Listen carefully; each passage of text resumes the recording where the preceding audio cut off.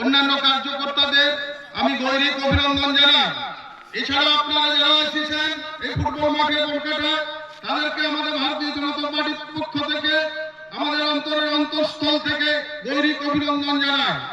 আপনারা এসেছেন আমাদের এই পরিবর্তন সভা উপলক্ষে। আমরা বলতে চাই যে হিন্দু হিন্দু ভাই ভাই 2026-এ বিজেপি চাই। কেন বিজেপি চাই সে ব্যাপারটা আপনারা বলছি।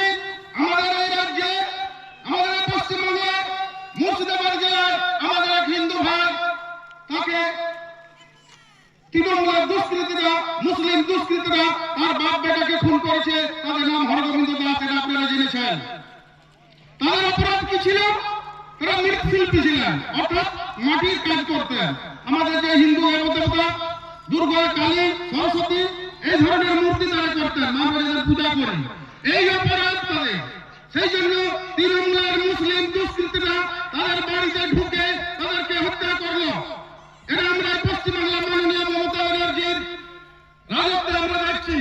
আবার উপর বাংলায় কি দেখলাম আপনারা দেখছেন, এখন টিভি মিডিয়াতে সংবাদপত্রে যে বিপুল আসলামের হিন্দু ছেলে, সে কোম্পানিতে চাকরি করত। ওখানকার মুসলিম দুষ্কৃতীরা, ওখানকার প্রশাসনের ইউনিট সরকারের সহযোগিতায় তাকে গাছে বেঁধে জীবন্ত জ্বালিয়ে দিল। এই হচ্ছে অবস্থা আমাদের হিন্দুদের, এই অবস্থা। এই 2026-এ আমরা হিন্দুরা যদি একত্র না হই, তাহলে কি হবে? আমাদের পশ্চিমবঙ্গ বাংলাদেশের মতো আমাদের অত্যাচারিত হতে হবে, আমাদের মা বোনদের ইজ্জত লুণ্ঠিত হবে এই তৃণমূল দুষ্কৃতীর দ্বারা। এটা বাস্তব সত্য। এটা আমার ভয় দেখে আপনার 2026-এ ভোট দিতে যাব। আমরা কি দেখলাম? মাননীয় মুখ্যমন্ত্রী 2011 সালে পশ্চিমবাংলার ক্ষমতায় এলেন। আমরা আশা করলাম পশ্চিমবাংলার অনেক উন্নয়ন হবে। উনি এসে প্রথম যে কাজটি করলেন, ইমাম ভাতা দিলেন, মসজিদ ভাতা দিলেন।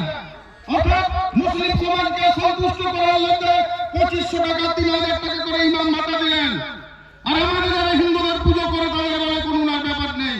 বহু পরে বহু আন্দোলনের পরে পুরোহিত ভাতা দিলেন 1000 টাকা, আর ইমাম ভাতা পাচ্ছেন 3000 টাকা। এই উনার বৈষম্য হিন্দু মুসলমানের বিরুদ্ধে। আজ লক্ষ্য করে দেখুন, উনি আসার পর আমাদের সনাতনীদের আর্থিক, সাংস্কৃতিক সমস্ত জায়গায় দুর্বল হয়ে যাচ্ছে। দুর্গাপুজো এবং ওদের মুসলিমদের পরে একদিনে পড়লে আপনারা দেখেছেন, দুর্গাপুজোকে বন্ধ করতে বলছে, দুর্গাপুজোর বিসর্জন বন্ধ করতে বলছে, ওনাদের মহরম হবে, ঈদ হবে। এই হচ্ছে পশ্চিমবাংলার অবস্থা মাননীয় রাজত্বে। আমি এই কলকাতা গ্রামের লক্ষ্মীসাগর অঞ্চলের আপনাদেরকে আমাদের আবেদন, আমরা 2026-এ হিন্দুত্ব এক করে এই ভোটে যাব। তার মমতা ব্যানার্জি পরাজয় অবশ্যই, এটা বুঝতে পারছেন উনি। উনার যে মুসলিম দোষক, যে মুসলিম ভাইদেরা উনি কিছু কাজ করেননি সে অর্থে, তারা বুঝতে পারছে যে উনি একটি মস্তিষ্ক বিকৃত, অচল, অযোগ্য, অপদার্থ মুখ্যমন্ত্রী পশ্চিমবাংলার বসতে বসেছেন। তাকে আরো নিজস্ব দল তৈরি করছেন। উনার দলের বহিষ্কৃত হয়ে পুরস্কৃত আমি বলতে পারবো না।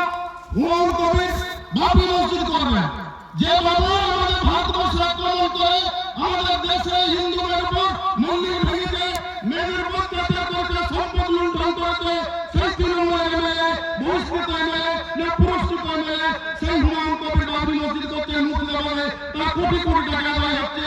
এর পিছনে কে আছে সেটা আমরা ভবিষ্যতে বুঝতে পারবো। আর সাধারণ সময় এসেছে, উনি শিক্ষা, স্বাস্থ্য, কর্মসংস্থান কোন কিছু দিচ্ছেন না।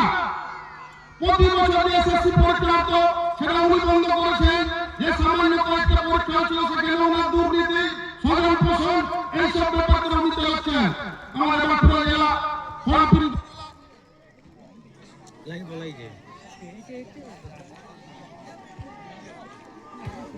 ব্যাটারি সিস্টেম আছে কি? কর্মসংস্থান, শিল্প, চাকরি সবাই বিচ্ছিন্ন। এই বিচ্ছিন্নতা কতটা প্রাকৃতিক, কতটা ইচ্ছাকৃত সেটা আমরা বলতে পারছি না। কিন্তু এই সরকার শিক্ষা, স্বাস্থ্য, কর্মসংস্থান, শিল্প আর সকল জায়গাটা আমাদের সাথে বিচ্ছিন্ন করে দিয়েছে। ভারতবর্ষের অন্যান্য রাজ্য এখানে তরতর করে এগিয়ে চলেছে। ভারতবর্ষের নরেন্দ্র মোদী সরকার যখন চাঁদের উত্তর মেরুতে অবতরণ করলো, পৃথিবীর কোন দেশ সেখানে পারেনি, সেখানে আমাদের এই পশ্চিমবাংলা ভারতের একটা অঙ্গরাজ্য যেখানে ধীরে ধীরে পিছিয়ে চলছে এবং পশ্চিম বাংলাদেশের মতো পরিণত হতে চলেছে। এটা আমরা লক্ষ্য করছি। আমরা চাই 2026-এ ডবল ইঞ্জিনের সরকার, বিজেপি সরকার, তাহলে আমরা এই ভারতের সাথে আমরা এক হতে পারবো। আপনারা জানেন বনকাটা গ্রামে নরেন্দ্র মোদী যে সমস্ত স্কিমগুলো নিচ্ছেন, উন্নয়নমূলক স্কিমগুলো, সেগুলো থেকে বনকাটা গ্রামের মানুষ তথা পশ্চিম বাংলার মানুষ বঞ্চিত হচ্ছেন। আপনারা জানেন চিকিৎসার জন্য 5 লক্ষ টাকা করে আয়ুষ্মান ভারতের স্কিম দেন প্রধানমন্ত্রী নরেন্দ্র মোদীজি সারা ভারতবর্ষের মানুষকে। কেবলমাত্র বঞ্চিত এই বনকাটা তথা পশ্চিম বাংলার মানুষ। কেন বঞ্চিত? কারণ এই মুখ্যমন্ত্রী মমতা ব্যানার্জি উনি কেন্দ্রীয় সরকারের স্কিম এই রাজ্যে করতে দেবেন না। কিসের জন্য দেবেন না? এটা কি ভারতের একটা অঙ্গরাজ্য নয়? বনকাটার মানুষ কি সেই পাওয়ার অধিকারী নন? এটা আমরা আপনাদের কাছে জানতে চাইছি। আপনারা 100 দিনের কাজ করতেন, সারা ভারতবর্ষে 100 দিনের কাজ চালু আছে। প্রধানমন্ত্রী নরেন্দ্র মোদীজিকে ধন্যবাদ, তিনি 100 দিনের কাজটাকে 125 দিন করেছেন আইন করে। কিন্তু এই রাজ্যে এই দুর্নীতিগ্রস্ত সরকার, এই কাটমানি সরকার, এই তোলাবাজি সরকার সেই গরিবের টাকা তারা আত্মসাৎ করে দেয়। তাই এই সরকারের পরিবর্তন চাই। এই সরকারের পরিবর্তন এই কারণে চাই যাতে আমরা 125 দিনের কাজ এই পশ্চিমবাংলায় আবার চালু করতে পারি ভারতীয় জনতা পার্টি সরকার হলে। আপনারা জানেন এই গরিবের জন্য যে বাড়ি প্রধানমন্ত্রী আবাস যোজনা 3 লক্ষ টাকা করে পাওয়া যায়, উনি সেটা নেবেন না। কেন নেবেন না? প্রধানমন্ত্রীর নাম আছে, তাই উনি বাংলার আবাস যোজনা নাম করছেন, 1,20,000 টাকা দিচ্ছেন, কিন্তু আপনার পাওনা 3 লাখ। এই 3 লাখ টাকা থেকে বঞ্চিত করছে এই রাজ্যের শাসক দল তৃণমূল, এই মমতা ব্যানার্জি। আমি চাই আগামী 2026-এ এই আপনারা জবাব দিবেন, ইভিএমে পদ্ম ফুল চিহ্নে ভোট দিয়ে উপযুক্ত জবাব দিবেন এই দুষ্কৃতীদের রানী মমতা ব্যানার্জিকে। এই তৃণমূলের লক্ষ্মীসাগর অঞ্চলের যারা রাজনীতি করেন, আমি শুধু জানতে চাইছি আপনার এখানে কি উন্নয়ন হয়েছে? লক্ষ্মীর ভান্ডার পান 1,000 টাকা তুলে রাখুন।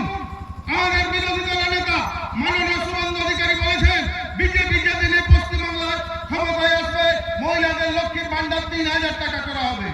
এটা শুভেন্দু অধিকারী শুধু বলছেন তা নয়, বিজেপি যেখানে ক্ষমতায় আছে উড়িষ্যা, বিহার, দিল্লি, ছত্তিশগড়, মধ্যপ্রদেশ সব জায়গাতে মহিলাদের লক্ষ্মীর ভান্ডার কোথাও 2,500, কোথাও 3,000 টাকা পায়। শুধু বাংলার মা বোনদেরকে উনি 1,000 টাকা দিয়ে সন্তুষ্ট করতে চাইছেন।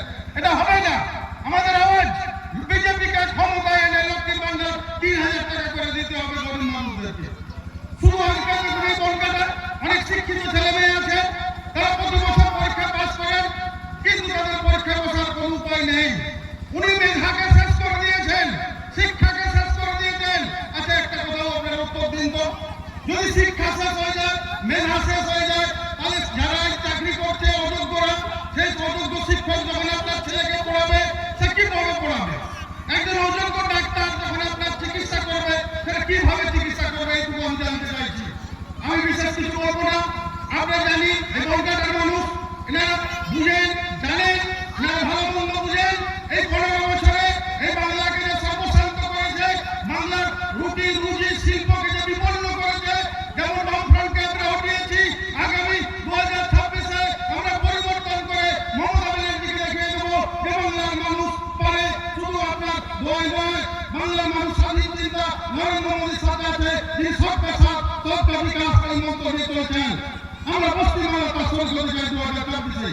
আমি করার অনুরোধ রাখছি পরিশেষে এই গ্রামের মানুষের কাছে, মা বোনদের কাছে, যে আমরা অনেক হল, আমরা সিপিএমকে দেখেছি, আমরা তৃণমূলকে দেখলাম, বিজেপিকে একবার সুযোগ দিন, পদ্ম ফুলে একবার সুযোগ দিন। কেন পশ্চিমবাংলায় বিজেপি কোনদিন রাজত্ব করেনি? এখানে কংগ্রেস, তৃণমূল, সিপিএম ধারাবাহিকভাবে রাজত্ব করেছে এবং পশ্চিমবাংলাকে পিছিয়ে দিয়েছে।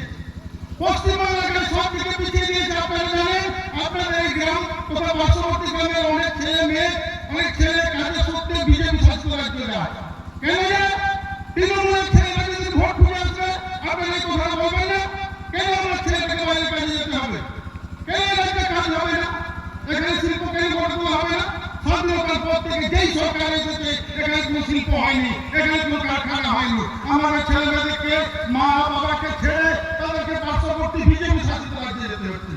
আমরা তাই বলছি, বিজেপিকে ক্ষমতায় নিয়ে আসে, আমরা এখানে কারখানা করবো, এখানে শিল্প করবো, এখানে কৃষি করবো, কর্মসংস্থান করে দেখাবো। এই বাংলাকে আবার সোনার বাংলা করবো।